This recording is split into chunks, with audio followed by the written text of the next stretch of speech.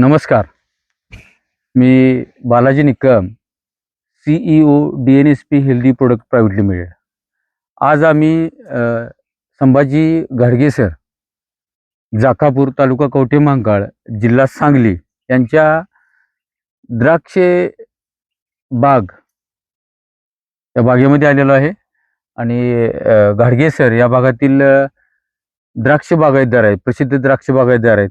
जवळजवळ किती वर्ष झालं ह्या बागायतदारमध्ये काम करतात? 22 वर्ष.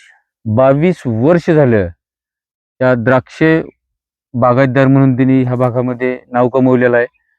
आणि DNSP ॲग्रिकल्चर न्यूट्रिसायन्स या टेक्नॉलॉजीच्या माध्यमातून जो आम्ही ब्रह्मोस प्रोडक्ट मॅन्युफॅक्चर केला आहे, तयार केला आहे, त्या प्रोडक्टचा वापर यांनी ह्या द्राक्ष बागासाठी केला आहे. आणि काय रिझल्ट आला, कसा आला, कसा वापरला हा प्रोडक्ट, आपण संभाजी घाडगे सरांनाच विचारू. नमस्कार सर. नमस्कार. नमस्कार. तर मला सांगा की हा प्रोडक्ट तुम्ही कोणकोणत्या स्टेजला वापरला आणि कसा कसा वापरला आणि किती वापरला ते जरा आम्हाला समजावून सांगा. सुरुवातीला सर मी ज्या वेळेला बागाची वांज काढत होतो, वांज काढल्यानंतर स्टार्टला मी याचा वापर केला.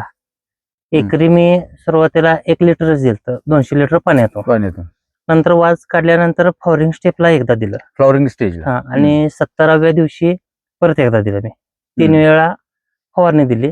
आणि आळवणी देत असताना मी 3 वेळा आळवणी दिली. 3 वेळा. आळवणी किती लिटरनं घातली? आळवणी मी 200 लिटर पाण्यामध्ये 1.5 लिटर घालायचं. 1.5 लिटरनं घालायचं. Best best best.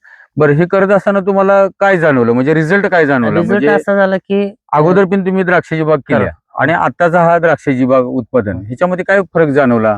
ब्रह्मोस वापरल्यामुळं बागेचे कॅनॉपी वगैरे एकदम जबरदस्त झाले. आणि कॅनॉपीमुळं बाग हे रोगाला बळीच पडली नाही. दुसरी गोष्ट, गोळीघाटावर बागच गेलेली नाही. गोळीघाटावर जायचं काय? त्यामुळे बागेचे क्वांटिटी एकदम वाढली. म्हणजे क्वांटिटी वाढला, माल वाढला. बरं. गोळीघाटावर गेलेला नाही. आणि क्वालिटी चांगली बनली. फुगवण वगैरे एकदम व्यवस्थित झाली. बेस्ट. आता किती झाड आहे ती? 2.25 एकर बाग आहे तुमची. टोटल माझी 1800 झाड आहे. 1800. मग ह्याच्या अगोदर म्हणजे ब्रह्मोस वापरायच्या अगोदर एका झाडाला किती पेटी माल निघत होता तुमचा? सर्वसाधारण 1.5 पेटी ते 2.25 पेटी. 1.5 ते 2.25 पेटी. आणि ह्या वर्षी ब्रह्मोस वापरल्यानंतर एका झाडाला किती पेटी माल झालाय? 3 पेटीनं म्हणजे हार्वेस्टिंग झालंय. आणि प्रत्येक झाडावर 1-1 पेटी अजून पाठीमाग माल शिल्लक आहे. पाठीमाग शिल्लक आहे. म्हणजे 4 पेटीच्या 4 पेटीच्या आसपास, म्हणजे दुपटीपेक्षा जास्त ऍव्हरेजला तुम्ही गेला ब्रह्मोस मध्ये. बेस्ट. आणि इतर आता द्राक्ष बागेला मिलीबगचा त्रास असतो किंवा इतर रोगांचा त्रास असतो, तो काय त्रास झाला का तुम्हाला? ब्रह्मोस मुळे 75% मिलीबगचं कव्हरेज मिळालं. आणि इतर औषधामुळे त्यामुळे एकदम मिलीबग हा बागेत आलेलाच नाही. परंतु ब्रह्मोस मुळे आपल्याला 75% काम केलेलं आहे आपण त्यापासून. आणि इतरही मी वापरली, त्यामुळे मिलीबगचा प्रॉब्लेम झाला नाही. बेस्ट. मग तुमचं आता उत्पादन जर बघितलं तर एका झाडावरती 1.5 पेटी काढतो, तिथे 4 पेटी काढतो, म्हणजे दुपटीपेक्षा जास्त आपण उत्पादनाला गेलो ब्रह्मोसनं. मला सांगा की ह्या अखंड क्षेत्रामध्ये किती पेटी माल होईल तुमचा? टोटली माझं 7,000च्या पुढे जाईल माल. 1800 झाड आहेत. 1800 झाड आहेत. 7,000 पेटीच्या पुढे. 7,000 पेटी. मग सरासरी दर काय आहे? 340 रुपयाने मी दिलेले. 340 रुपये दिले. म्हणजे जर हिशोब केला तर किती होते ते? तर कॅल्क्युलेटर हिशोब करतो मी.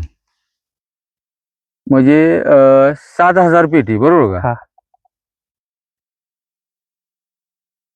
7,000 पेटी. 7,000 पेटी